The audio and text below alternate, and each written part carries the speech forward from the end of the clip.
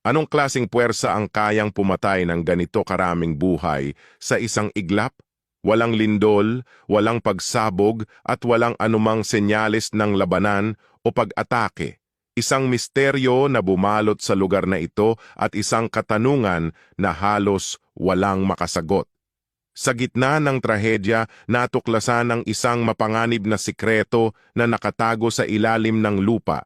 Ang lugar na ito na dati ay tahimik at tila walang panganib ay nakatayo sa ibabaw ng isang bulkan, hindi isang bulkan na sumasabog, kundi isang bulkan na tahimik na naglalabas ng gas sa ilalim ng isang tila ordinaryong lawa, ang Lake Nyos.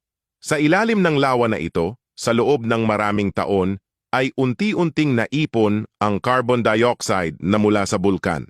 Ang gas na ito ay nanatiling nakakulong sa ilalim ng malamig na tubig, na para bang mga bula sa loob ng isang bote ng soda na hindi pa nabubuksan.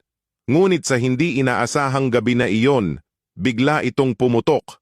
Ang pagputok na ito ay naglabas ng napakalaking ulap ng carbon dioxide na bumalot sa buong lugar na may bilis na 40 kilometers kada oras.